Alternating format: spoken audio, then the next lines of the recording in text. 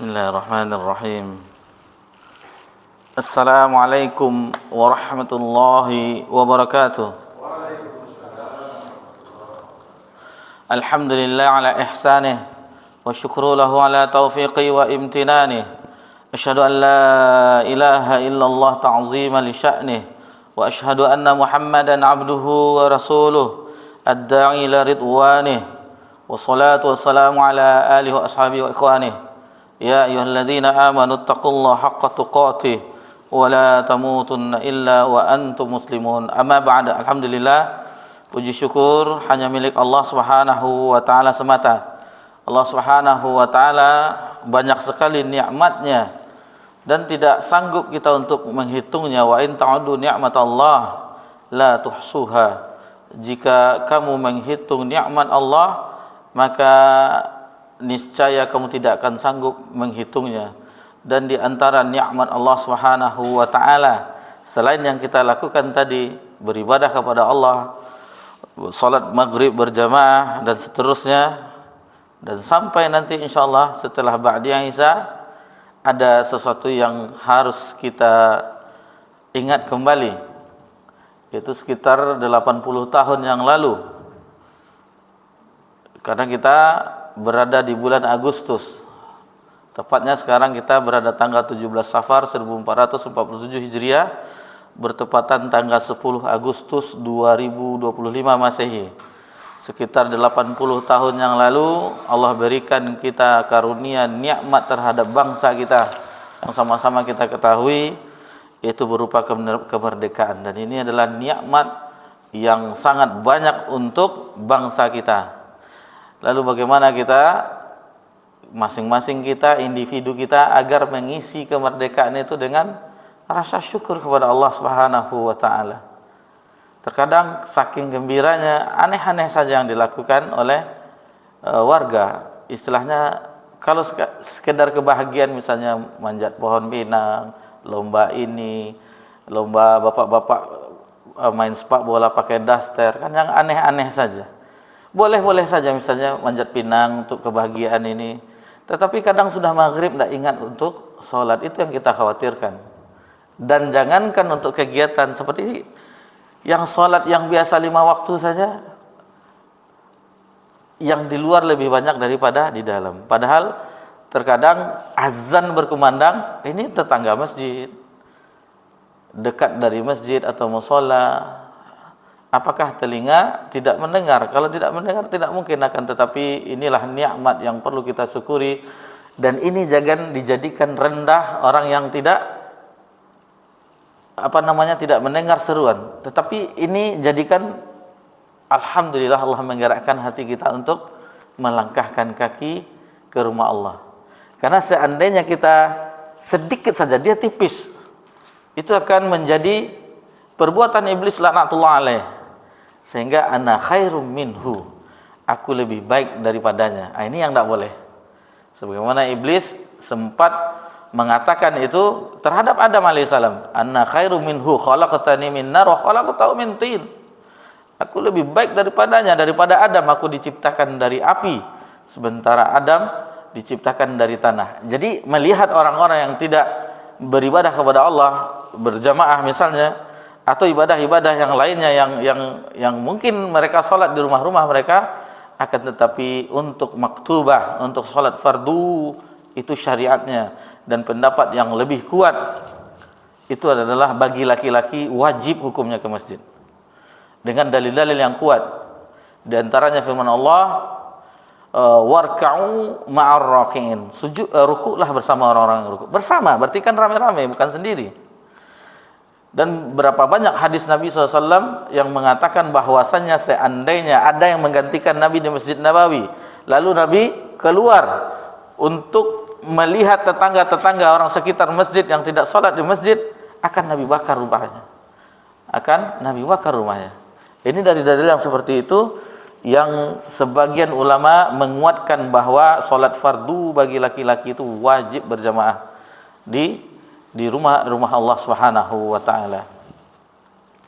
Namun terkadang ada seseorang memperdalam fikih, Mungkin dia seperti di Indonesia, supaya ini khasanah ilmiah kita supaya terbuka juga. Memang di mazhab Imam Syafi'i rahimahullah taala, hukum salat berjamaah itu sunat muakkadah, sunat muakkadah. Akan tetapi muakkad yang di sini itu sunat yang ditekankan. Bukankah Imam Syafi'i berpendapat salat Idul Fitri atau Idul Adha itu sunat muakkad? Akan tetapi Nabi SAW hingga wafat, sejak disyariatkan itu tidak pernah meninggalkannya. Anggap saja sunat muakkad, tetapi sunat muakkad yang dipahami oleh kaum muslimin di zaman sekarang bukan yang sebagaimana dipahami oleh Imam Syafi'i rahimahullah taala. Jadi itu sunat muakkad yang dikuatkan sedikit di bawah fardu. Nah, ini kadang-kadang belajar fikih, dan itu kami jumpai ketika di kampus, ketika masih ada pembelajaran teori. Permisi, ada azan, lalu ada sedikit waktu kami keluar, kabarnya dosen mengatakan memang tidak ada waktu sholat lagi, kan masih panjang waktu itu zuhur kan, masih panjang waktu itu asar. Jadi waktu itu kami makan siang, bapak ini mengatakan ini, kami tersenyum saja karena ridho Allah lebih utama daripada ridho manusia. Itu pertama. Yang kedua, itu kan dah panggilan tuh, hayya, marilah, kan dipanggil. Hayyalah sholat, marilah sholat, kan dipanggil kita. Lalu ada sedang makan siang terjadi dialog. Bukankah ada riwayatnya ada beberapa sholat yang bisa ditunda, seperti makan sudah dihidangkan, iza hadara apa telah ada dihidangkan makanan, maka makan dulu, baru setelah itu sholat. Memang anggap saja itu memang ada. Cuman waktu itu kan kondisinya kita bukan makan. Terus seandainya ada pembelajaran boleh ditunda dulu sholat. Tapi itu kan itu di rumah-rumah Allah, bukan di kelas-kelas yang seperti di kampus atau di sekolah-sekolah, madrasah-madrasah yang lainnya.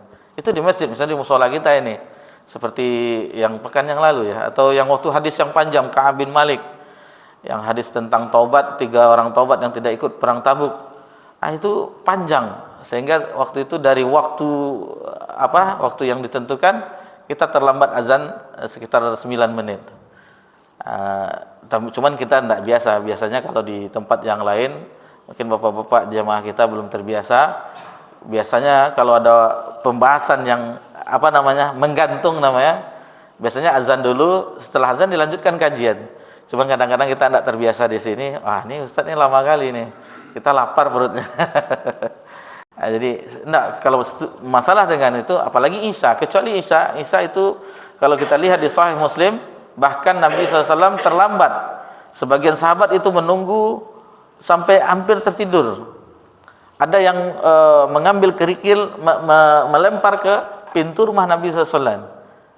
Jadi saking sudah malamnya, lalu kata Nabi SAW, "Lau asyaqqa ala ummati", seandainya tidak memberatkan bagi umatku, inilah waktu salat Isya itu.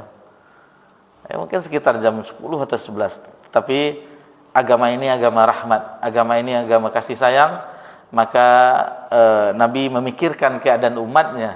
Dan sering Nabi mengatakan seperti "Lau asyaqqa ala ummati", kalau seandainya tidak memberatkan bagi umat. Seperti salat tarawih. Nabi SAW 3 malam sholat tarawih berjamaah. Di malam keempatnya Nabi SAW tidak hadir lagi.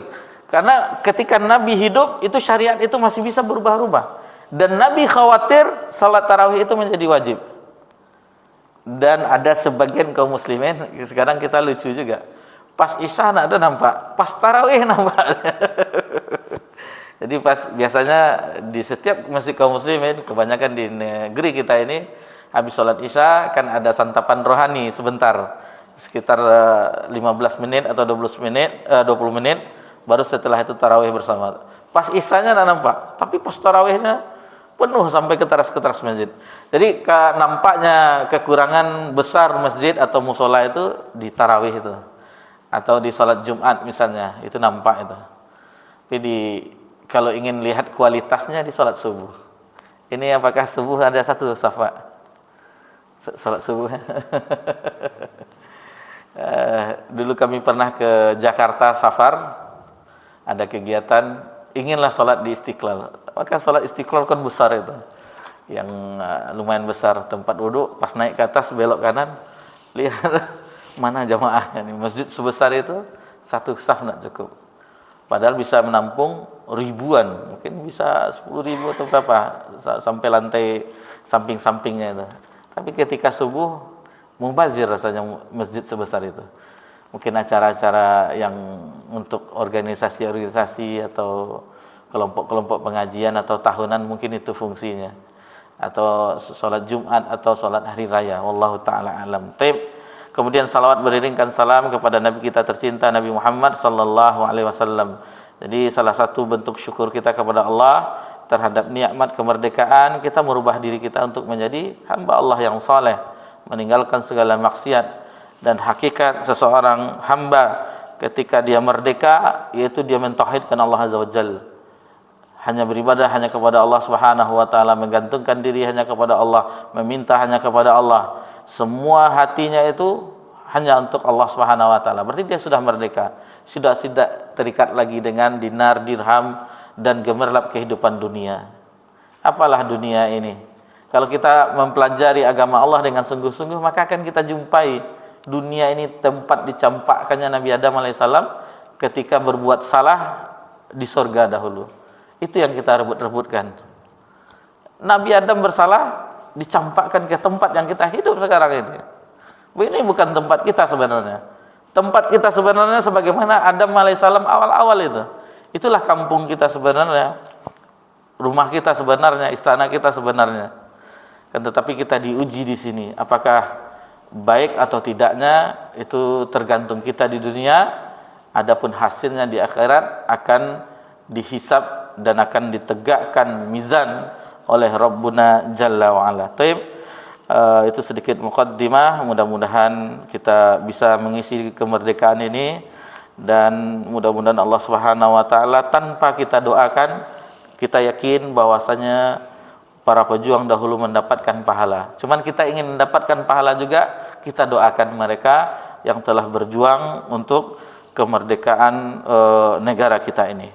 Kemudian yang kita ingatkan juga bahwasanya alhamdulillah di pertemuan kita yang lalu kita sudah selesaikan hadis-hadis yang tersisa di bab yang kedua, bab taubat.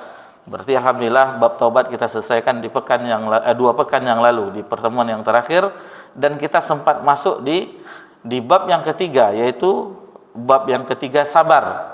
Dan kita jelaskan dengan kesabaran bahwasanya sabar itu hukumnya wajib, kedudukan sabar. Lalu kita juga jelaskan ulama membagi sabar itu terhadap 3. Yang pertama sabar dalam ketaatan kepada Allah, kemudian sabar dalam meninggalkan maksiat kepada Allah, kemudian yang ketiga sabar dalam menghadapi ujian dan cobaan. Alhamdulillah Imam An-Nawawi rahimahullah taala pada bab ini membawakan 6 ayat dari firman Allah Subhanahu wa taala. Adapun 4 ayat telah kita jelaskan alhamdulillah dalam surah Ali Imran ayat 200, surah Al-Baqarah ayat 155, surah Az-Zumar ayat 10, dan surah terakhir surah Asy-Syura ayat 43. Maka untuk selanjutnya 2 ayat yang tersisa kita dengarkan muqari' kita. Siapa? Ustaz Yayan kok enggak mau lagi nih. Ada Ustaz. Ini pakai periode juga mungkin 5 tahun harus ditukar. Tapi belum 5 tahun lagi. Baik. Fadhil.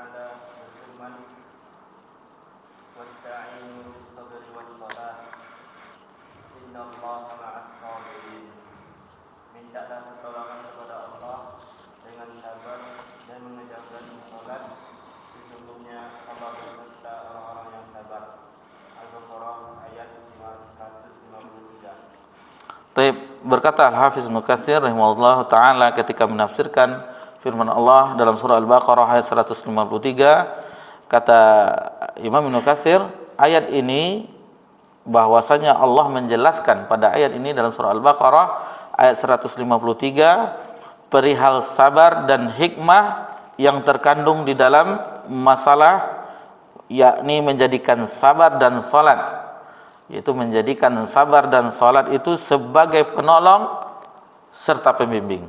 wasta'inu bis-sabri was-shalah. Karena kata Imam Ibnu Katsir, sesungguhnya seorang hamba itu ada kalanya berada dalam kenikmatan, lalu ia mensyukurinya, atau berada dalam cobaan, ujian, lalu ia bersabar menanggungnya. Sebagaimana disebutkan di dalam hadis dan pernah juga kita sebutkan, dan ini dinukilkan juga oleh Imam Nawawi pada bab ini. Insyaallah kita jumpai hadis 29 atau 28 nanti ada hadis tentang ini sama, ya, cuman redaksinya berbeda. Ajabalil mu'min lil mu'mini, sungguh aneh perihal orang mukmin tersebut, la yaqdillahu lahu qada. Jadi ketika mengagumkan perihal orang mukmin, apapun yang Allah tetapkan kepadanya itu illa kana khaira, kecuali itu kebaikan. In asabathu sarra, maksud sarra di sini satu kelapangan atau suatu berupa nikmat, fasyakar, maka dia bersyukur, kana khairan lahu, itu baik baginya. Kemudian sebalik, wa in asabathu darra, apabila diberikan darra, kesempitan, cobaan, ujian, fasabar, maka ia bersabar, kana khairan lahu, maka itu baik baginya. Jadi semua kondisi baik bagi orang beriman. Kemudian Allah Subhanahu wa taala menjelaskan bahwa sarana yang paling baik untuk menanggung segala macam cobaan ialah dengan sikap sabar dan banyak melakukan salat. Seperti mana di ayat sebelumnya dalam surah Al-Baqarah ayat 45, wasta'inu bis-sabri was-shalah wa innaha lakabiratun illa 'alal khashi'in. Dan jadikanlah salat dan sabar itu sebagai penolong, dan sesungguhnya itu sangatlah berat kecuali bagi orang-orang yang khusyuk. Dan di dalam sebuah hadis disebutkan, kana Rasulullah SAW, adalah Rasulullah SAW, Nabi kita tercinta sallallahu alaihi wasallam, idza hazabah amra, jika ada sesuatu cobaan menimpanya maka dia salat.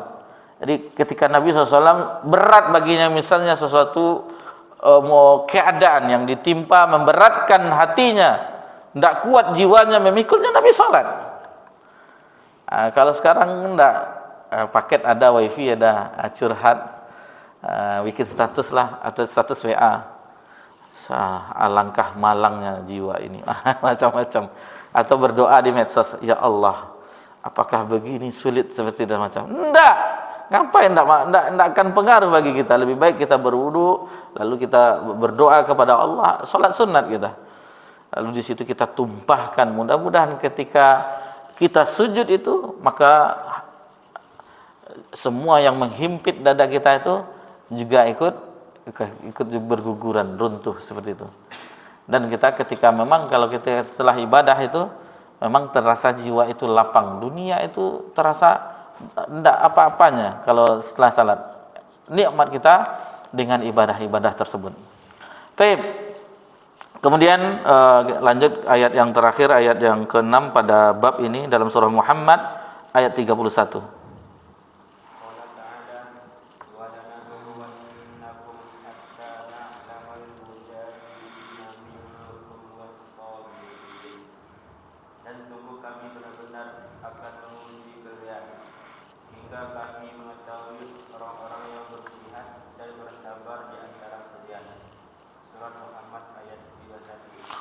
Kata Allah Subhanahu wa taala dalam firman-Nya dalam surat Muhammad ayat 31, walanabluwannakum. Jadi benar-benar ini ada bentuk penekanan, sungguh, la itu lam itu lam taukid, sungguh. Jadi benar-benar kata Allah Subhanahu wa taala, Allah akan menguji. Jadi semua kita berada di dunia ini tempat ujian. Bukan selama-lamanya kita di sini, tapi tempat ujian. Jadi maksudnya kata Hafiz Ibnu Katsir, maksudnya yaitu dengan ujian itu dengan perintah dan larangan-larangan. Itu ujian tersebut. Lalu hatta na'lamal mujahidina minkum was-sabirin, dan sungguh kami benar-benar akan menguji kalian, hatta, sampai, hingga na'lamal mujahidina minkum was-sabirin, sampai kami mengetahui orang-orang yang bersungguh-sungguh, yang berjihad dan bersabar di antara kalian. Hal ini bukan berarti ada keraguan pada pengetahuan Allah, enggak. Berarti Allah tidak maha tahu, enggak. Akan tetapi terhadap ini maksudnya ialah agar kami menjadikannya kejadian. Jadi jangan dikatakan jadi Allah itu tahu setelah terjadi kejadian, enggak. Allah maha tahu sebelum terjadi. Jangankan itu, sebelum diciptakan alam semesta di alam azali Allah maha mengetahui. Sampai ditulislah Lauh Mahfuz. Jadi yang pertama diciptakan Lauh Mahfuz itu 50.000 tahun sebelum langit dan bumi diciptakan. Jadi semua ditulis, diperintah oleh Allah, uktub, tulislah semua kejadian sampai hari kiamat. Jadi Allah sudah mengetahui seluruhnya, apapun kejadian di seluruh dunia Allah mengetahui. Tetapi di sini Allah menjadikan ujian itu maksudnya sebenar-benar nyata kejadian. Karena itu Ibnu Abbas radhiyallahu anhuma mengatakan sehubungan dengan ini bahwa makna na'lamu yakni agar kami lihat dengan kenyataan tentang kejadiannya, walaupun pada hakikatnya Allah telah mengetahui apa akan yang terjadi, tetapi masih belum terlahirkan atau ternyatakan. Itu maksudnya. Jadi di sini nampaklah kejadian itu. Siapa yang benar-benar melakukan perintah dan larangan, siapa yang bersabar, siapa yang bersungguh-sungguh. Sementara Allah maha mengetahui. Sama Allah ketika ada malaikat yang melapor apa yang telah dilakukan hambaku begini, lalu dikatakan oleh malaikat begini, apakah Allah tidak mengetahui?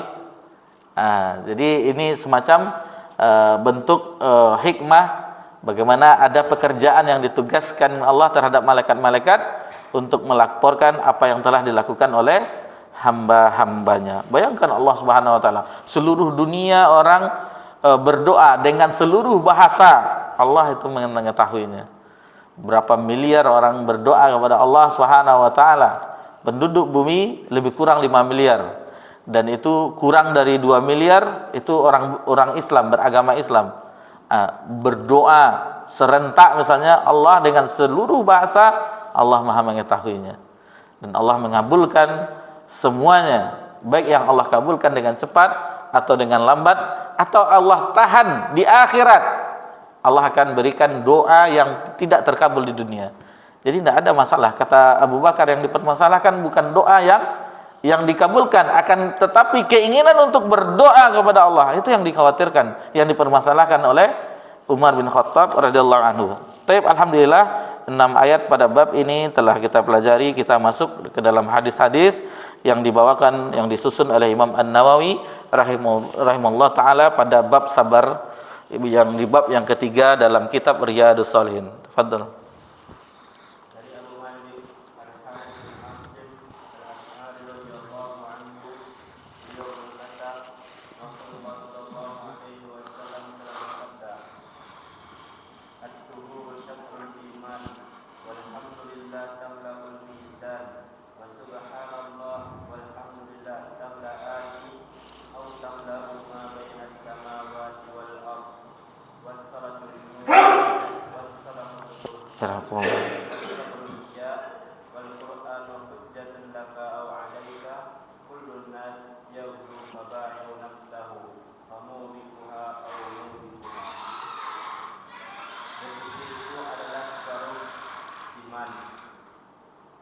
Alhamdulillah memenuhi timbangan. Subhanallah walhamdulillah keduanya memenuhi atau memenuhi antara langit dan bumi. Salat adalah cahaya, sedekah adalah bukti, sabar adalah pelita, Al-Quran adalah hujjah yang membelamu atau justru mencelakakanmu. Setiap orang berangkat di waktu pagi untuk menjual dirinya, maka ada yang memerdekakan dirinya dari api neraka dan ada pula yang justru membinasakannya. Diriwayatkan oleh Muslim. Baik, ini hadis yang pertama di bab sabar. Adapun dalam urutan dalam kitab Riyadhus Shalihin, hadis yang ke-26. Jadi hadis berasal dari Abu Malik Al-Harits bin Asim Al-Asy'ari radhiyallahu anhu yang diriwayatkan oleh Imam Muslim dalam kitab sahihnya. At-tuhuru syatrul iman. Jadi di sini bersuci itu maksudnya berwudu. Berwudu itu separuh dari keimanan. Jadi Nabi SAW menyebutkan keutamaan wudu. Ini bagaimana salah satunya di hadis ini. Separuh dari daripada keimanan. Dan kita mengetahui adalah wudu itu syarat sah darinya salat. Barang siapa yang tidak berwudu maka salatnya tidak sah. Jadi berwudu dahulu baru melakukan salat. Nah, dan di antara keutamanya disebutkan di dalam hadis ini. Kemudian keutamaan zikir, walhamdulillah tamla'ul mizan wa subhanallah walhamdulillah tamla'u ma baina samawati wal ard. Besarnya pahala atau keutamaan orang yang berzikir, senantiasa berzikir kepada Allah Subhanahu wa taala. Dan di sini disebutkan adanya timbangan, ada timbangan disebutkan bahwasanya memenuhi timbangan tamla'ul mizan. Dan salah satu akidah Ahlussunnah wal Jamaah meyakini bahwasanya di hari kiamat ada timbangan ditegakkan, neraca timbangan untuk menimbang amal kebaikan dan keburukan. Jadi orang yang mensucikan Allah Subhanahu wa taala, orang yang memuji Allah Subhanahu wa taala itu padahal sepele, subhanallah walhamdulillah, akan tetapi sangatlah besar keutamaannya. Dan ini memang orang yang betul-betul cinta kepada Allah. Bukankah orang yang mencintai menyebut orang yang dicintainya? Jangankan untuk menyebut orang yang cintai, mendengar namanya sudah senang. Lihatlah seorang lelaki apabila jatuh cinta terhadap seorang perempuan, jangankan untuk mendengar nama perempuan, melihat rumahnya saja sudah gembira dia. Bagaimana kalau cinta yang hakiki, cinta kepada Sang Khalik yang telah menciptakan alam semesta, yang telah memberi hidayah, yang telah menjadikan kita satu nikmat yang tiada terhingga, kita dijadikannya beragama Islam. Beragama Islam ini nikmat yang tiada terhingga, nikmat yang lebih besar daripada kenikmatan langit dan bumi beserta isinya, atau dunia segala isinya. Karena orang yang berislam itu selamat. Sebagaimana surat Nabi SAW kepada raja-raja dunia, kepada Heraklius, kepada Kisra, kepada Najasyi dan seluruhnya, aslim taslim, kata Nabi SAW. Islamlah, beragama Islamlah, maka selamat. Taib.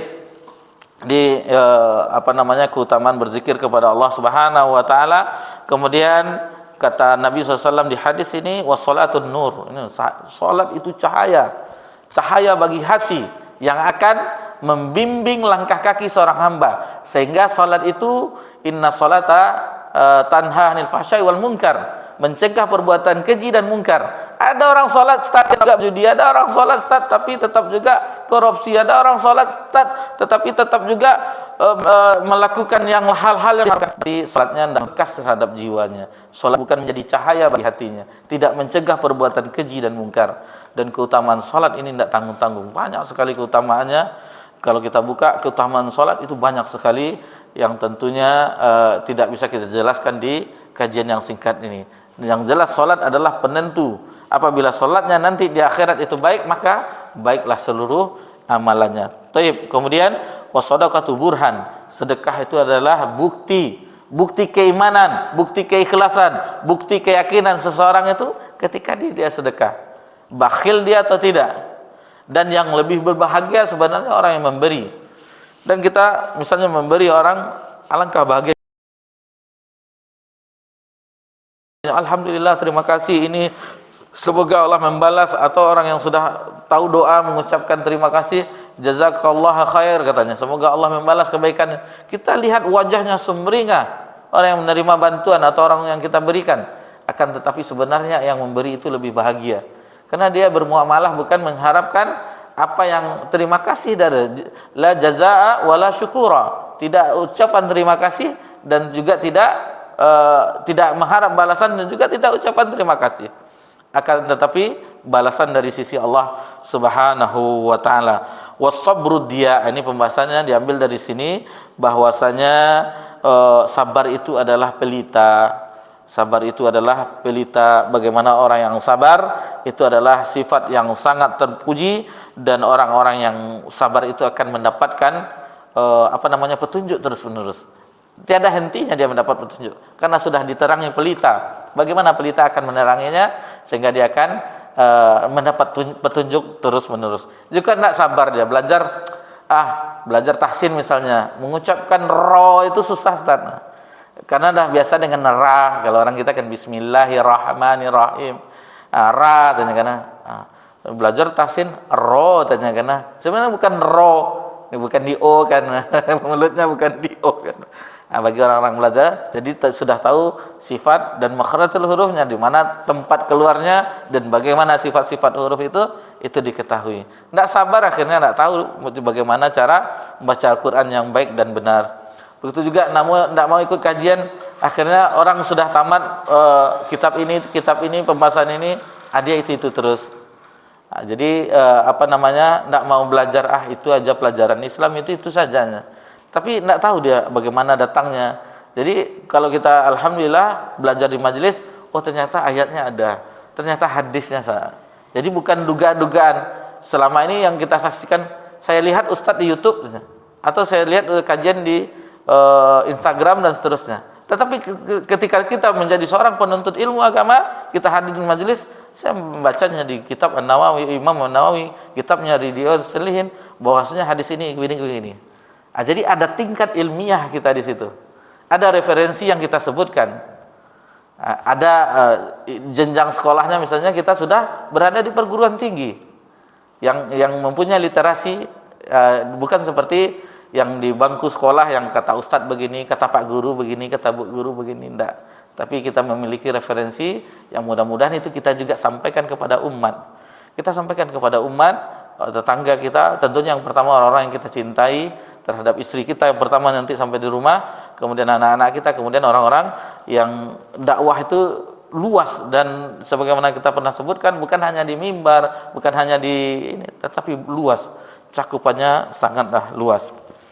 Kemudian kata Nabi SAW dalam hadis yang mulia ini mengenai wal Qur'an hujjatul laka au alaika. Jadi Al-Qur'an itu hujjah atasmu dan kepadamu. Maksudnya Al-Quran dan As-Sunnah itu adalah pijakan seorang beriman. Dan apabila dia telah berpijak dengan dua ini, maka dia tidak akan tersesat selama-lamanya. Taraktu fi amrayni idza tamassaku fihima lan tadillu abada.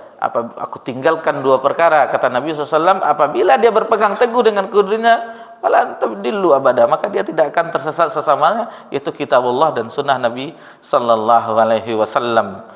Dan seandainya tidak menggunakan ini, lalu dia mencampakkan Al-Quran dan As-Sunnah ke belakang punggungnya, janganlah dia cela nanti di akhirat, melainkan dirinya sendiri. Dia akan menjadi, bukankah ada ayatnya, bukankah kami telah menurunkan Al-Quran, bukankah kami telah mengutus Rasul. Jadi Nabi SAW tidak akan mengazab suatu kaum sebelum diutus Rasul. Setelah diutus Rasul, ada wahyu yang turun, dijelaskan kepada umat, masih membangkang juga, baru turun azab. Jadi semuanya telah diberikan panca indera. Bukankah Allah memberikan penglihatan, pendengaran, lisan dan hati untuk memahami? Lalu dikemanakan nikmat Allah Subhanahu wa taala? Jadi ada orang yang membinasakan dirinya dan ada yang memerdekakan dirinya di akhir hadis, yaitu orang yang memerdekakan dirinya, maksudnya selamat dari siksa surga dan masuk ke dalam surga Allah, selamat dari siksa neraka, masuk ke dalam surga Allah Subhanahu wa taala. Jadi semua kita ini, dari semua yang kita perhatikan, ibadah-ibadah itu, apabila seseorang dia memperkerjakan dirinya, maksudnya dia beramal kepada Allah, maka dia akan menjadi orang yang selamat. Dan apabila dia tidak memperkerjakan dirinya untuk Allah, maksudnya tidak mau beramal, maka dia adalah orang yang hidup dengan angan-angan.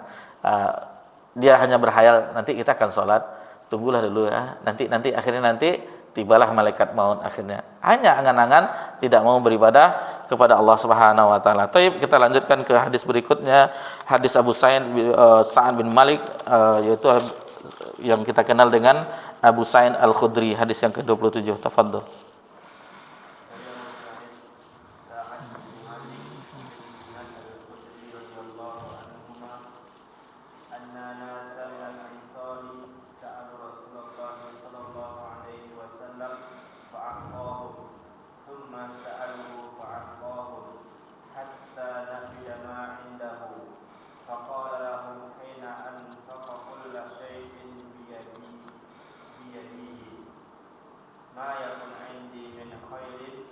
falan adzakhirahu ankum wa man yasta'fif yu'affahu wa man yasta'udhi yu'dhillah wa man yatasabbar yusabbirullah wa ma utiya ahadun ata'an khairan wa awsa'a minas sabr.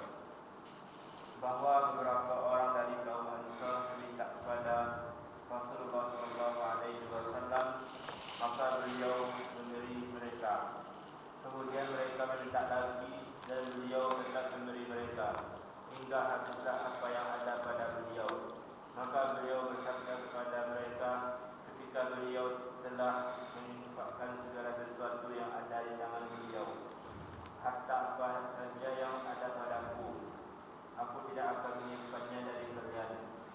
Barang siapa yang menahan diri dengan tidak meminta-minta, maka Allah akan menjaganya dari meminta-minta. Barang siapa yang merasa cukup, maka Allah akan menjadikannya berkecukupan. Dan barang siapa yang berusaha untuk sabar, maka Allah akan menjadikannya seorang penyabar. Dan seseorang tidaklah diberi sesuatu karunia yang lebih baik dan lebih luas daripada kesabaran. Baik, di sini dari Abu Sa'id Al-Khudri muttafaqun alaih.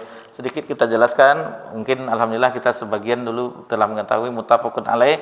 Bagi yang belum mengetahui mungkin sebagian bapak kita, atau mengingatkan kembali muttafaqun alaih itu sepakat dua, maksudnya dua syekh, Imam Bukhari dan Imam Muslim. Apa bedanya muttafaqun alaih dengan riwayat Imam Bukhari dan Imam Muslim? Bedanya muttafaqun alaih, sahabat yang meriwayatkannya sama. Jadi di dalam hadis ini sama-sama Imam Bukhari meriwayatkan sahabatnya Abu Sa'id Al-Khudri, dan Imam Muslim juga Abu Sa'id Al-Khudri, dan matanya sama. Itu hadisnya muttafaqun alaih, sepakat dua syekh, Imam Bukhari dan Imam Muslim dalam sahih mereka berdua. Adapun bagaimana riwayat Bukhari dan Muslim, jadi yang satu dari Abu Sa'id Al-Khudri misalnya, yang kedua dari Anas bin Malik, berbeda sahabat yang meriwayatkannya, tetapi isinya sama. Jadi hadis itu riwayat Imam Bukhari dan Muslim. Itu beda riwayat Bukhari dan Muslim dan muttafaqun alaih. Sedikit itu mengenai ilmu hadis. Tapi di dalam hadis ini ada beberapa pelajaran yang bisa kita petik. Kita agak cepat sedikit karena mau masuk Isya. Itu tentang kedermawanan Nabi SAW. Dan ini akhlak yang terpuji. Dermawan itu adalah akhlak yang terpuji. Dan akhlak-akhlak yang terpuji, yang mulia, itu menempel pada diri Nabi SAW. Wa kana khuluqul Quran wa innaka la'ala khuluqin azim. Kemudian kekayaan itu bukan kekayaan banyak harta, tetapi kata Nabi SAW, laisal ghina min kathratil ahrat. Bukan kekayaan itu yang disebut banyaknya harta benda, enggak. Walakinil ghina nafs. Akan tetapi yang kekayaan itu adalah kekayaan jiwa, kekayaan hati. Betapa banyak orang sudah mempunyai perusahaannya yang banyak, triliun-triliun, tetapi ingin terus. Masih miskin. Kemudian ini anjuran untuk qanaah, merasa cukup dan menjaga dari meminta-minta. Nah, kalau bisa tidak meminta-minta. Kemudian kemuliaan akhlak itu bisa dicapai dari sini, bisa dicapai tentunya dengan latihan terus. Misalnya orang biasanya dia kurang adab misalnya, bisa dilatih. Tentu dilatih, mungkin balik lagi, jatuh lagi, dilatih terus. Dan jangan lupa meminta berdoa kepada Allah SWT. Dan dalam berpakaian kita ada doanya. Allahumma kama ahsanta khalqi fa ahsini khuluqi. Ya Allah, sebagaimana engkau baguskan rupaku, penciptaanku, maka baguskanlah akhlakku. Jadi minta kepada Allah agar akhlak kita bagus, akhlak kita mulia. Kemudian diperbolehkan memberi itu dua kali, yaitu meminta dua kali, lalu diberi dua kali. Adapun ketiganya ada riwayat yang lain, Hakim bin Hizam itu pernah 3 kali meminta kepada Nabi. Sekali, 2 kali dikasih, yang ketiga kali Nabi SAW memberikan nasihat. Wahai Hakim, ya Hakim, sesungguhnya ad-dunya lahun wal hadr. Sesungguhnya dunia itu manis dan hijau, enak dipandang mata. Lalu kata Nabi SAW, seandainya begini, janganlah meminta lagi, kata Nabi SAW. Jaga dari meminta-minta. Dan itu nasihat Nabi itu sampai Nabi meninggal itu dipegang oleh Hakim bin Hizam. Dia tidak mau meminta-minta lagi, minta tolong lagi, tidak mau dia terhadap manusia maksudnya. Sampai di waktu perang, cambuk hewan tunggangannya jatuh, tidak mau dia minta tolong. Dia turun, diambilnya. Bayangkan nasihat Nabi SAW kepada sahabat dan sahabat pun mengamalkannya. Taib. Kemudian yang bisa diambil juga pelajaran yaitu diperbolehkan meminta apabila itu terdesak sesuai dengan kebutuhan. Anak-anak sudah menangis, kita tidak ada lagi uang ini, boleh kita meminta. Tentunya biasanya kita meminta terhadap karib kerabat dahulu. Misalnya ada kerabat kita, kakak kita tinggal dekat sini atau tetangga kita. Itu yang pertama dahulu. Karena kadang-kadang kalau tidak biasa tapi terdesak, itu diperbolehkan. Adapun meminta-minta yang tidak diperbolehkan adalah meminta-minta yang itu sebenarnya tidak darurat. Udah dijadikan profesi. Ini tidak boleh. Orang yang minta-minta seperti ini kata Nabi SAW diancam dengan tidak ada daging mukanya di akhirat. Tidak ada punya daging dia mukanya di akhirat. Kemudian yang bisa juga bahwasanya apabila seseorang itu sabar dengan keadaannya, yakinlah tidak selamanya kehidupan itu, tidak selamanya hujan, tidak selamanya panas, ada silih berganti. Jadi tidak selamanya kita susah. Jangankan yang perhatikanlah kesusahan kita dahulu. Seperti yang kita alami, misalnya orang tua kita meninggal di beberapa tahun yang lalu. Sekarang kita dah lupa, dah bisa kita bahagia. Ketika orang tua kita itu meninggal, jenazahnya menangis terus kita sampai di kuburan. Dan kita sudah lupa. Lupa. Jadi kalau kita sabar dengan keadaan kita, insya Allah akan berikan jalan di kemudian harinya. Tentunya kata orang kita kan, roda itu berputar. Tidak selamanya kita di bawah, ada sesekali di atas. Yang penting berusaha. Insya Allah akan Allah berikan jalan keluarnya. Hadis berikutnya, fadhal.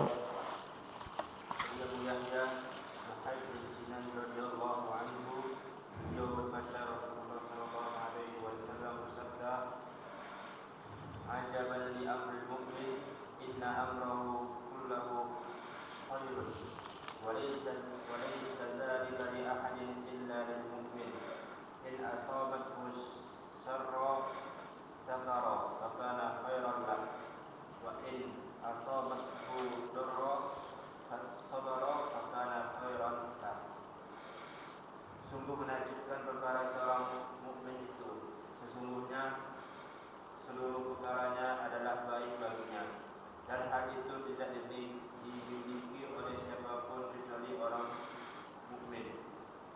Jika dia mendapatkan sesuatu yang menggembirakan, dia bersyukur, maka hal itu baik baginya.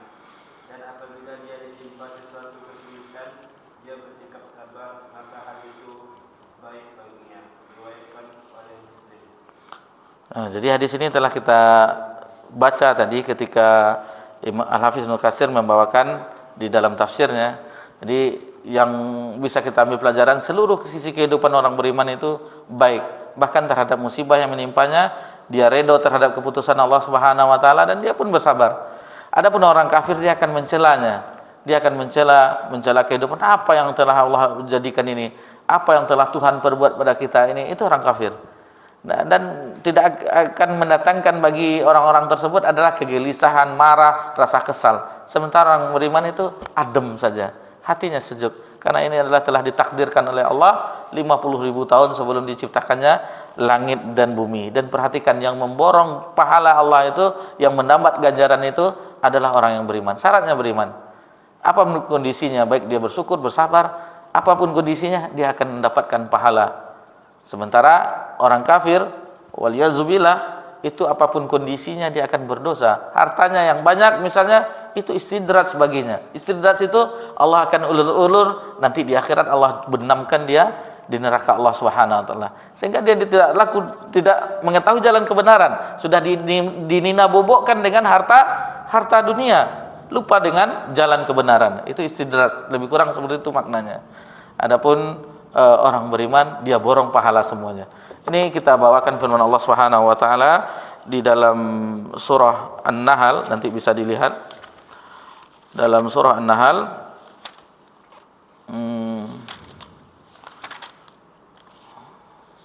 ayat 97. Man amila sholiha, barang siapa yang beramal soleh, min zakarin wal unsa, baik dia laki-laki dan perempuan. Perhatikan, wahwa mu'min, dan dia beriman.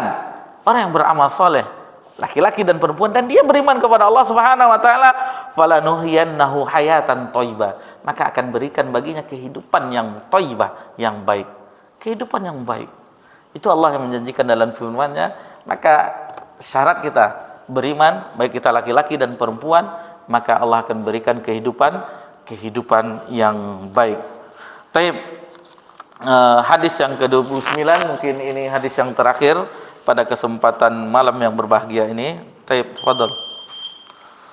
Dari Anas radhiyallahu anhu, beliau berkata, "Lamma saqulat Nabi sallallahu alaihi wasallam ja'ala yatawashsha bil qarb. Faqalat Fatimah radhiyallahu anha wa qarba abtahu. Faqala laisa ala abiki qarbu ba'da al-yawm. Falamma mata faqalat ya abatahu ajaba rabban da'ahu.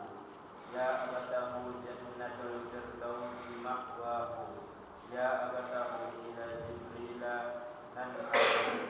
Falamma dufina faqalat Fatimah radhiyallahu anha atabat anfusukum an tahsu ala Rasulillah sallallahu alaihi wasallam at-turab.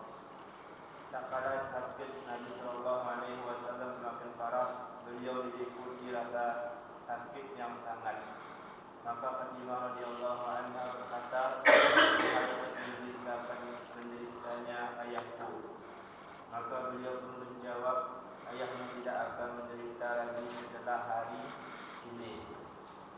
Tak kala beliau telah meninggal, dia berkata, "Duhai ayahku, dia telah memenuhi panggilan Rabb yang memanggilnya. Duhai ayahku, surga Firdaus tempat tinggalnya. Duhai ayahku, kepada Jibril kami menyampaikan kabar wafatnya."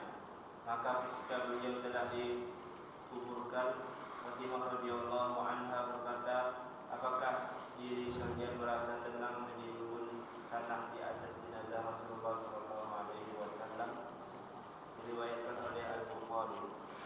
Ini adalah hadis di detik-detik wafatnya Nabi SAW, bagaimana perasaan yang dirasakan oleh seorang putri Nabi SAW, dan beliau satu-satunya yang tersisa, karena anak Nabi SAW seluruhnya wafat sebelum Nabi SAW, mulai dari anak laki-lakinya Qasim, Abdullah, kemudian dari seorang budak Maria Bukitiyah bernama Ibrahim, kemudian Zainab, Ruqayyah, Ummu Kulthum, itu wafat sebelum Nabi SAW. Adapun yang tinggal satu Fatimah, dan inilah yang dirasakan oleh Fatimah radhiyallahu anha ketika menghadapi Nabi SAW wafat.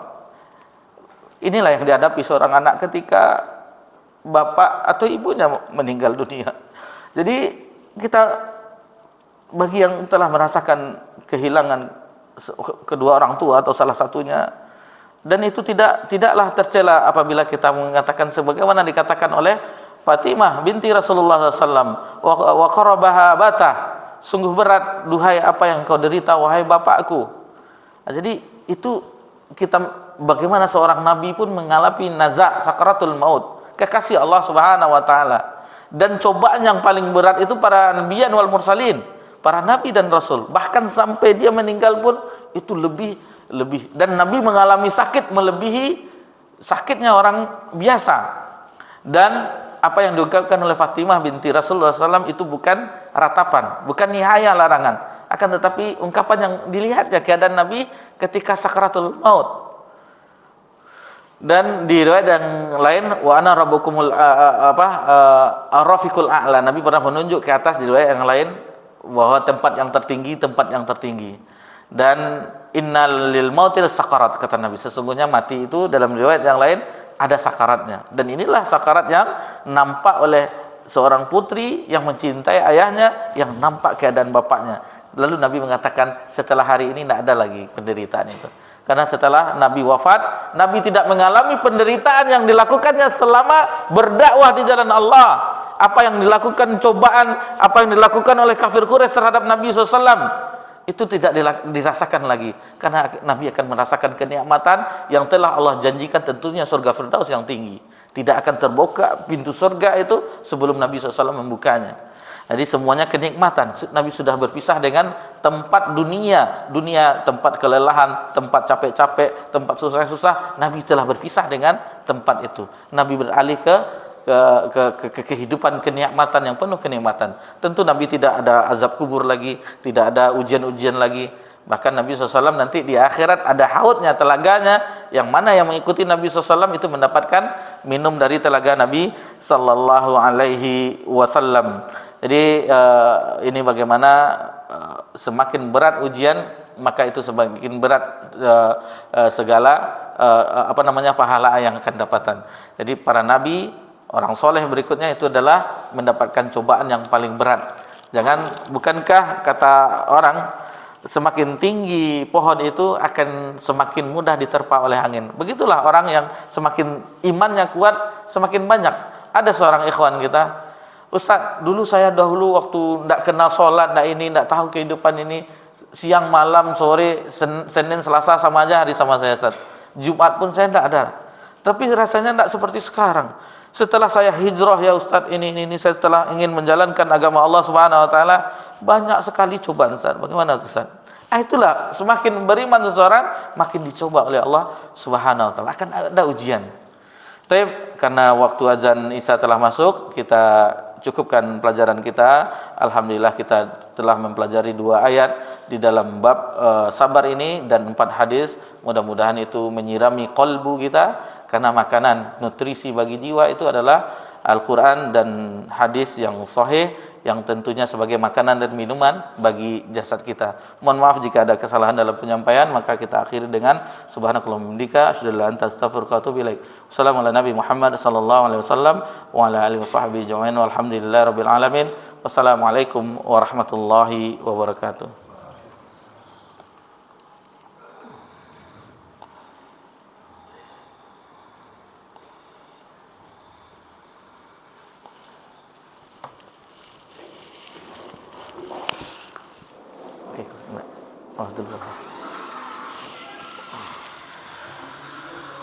Oh,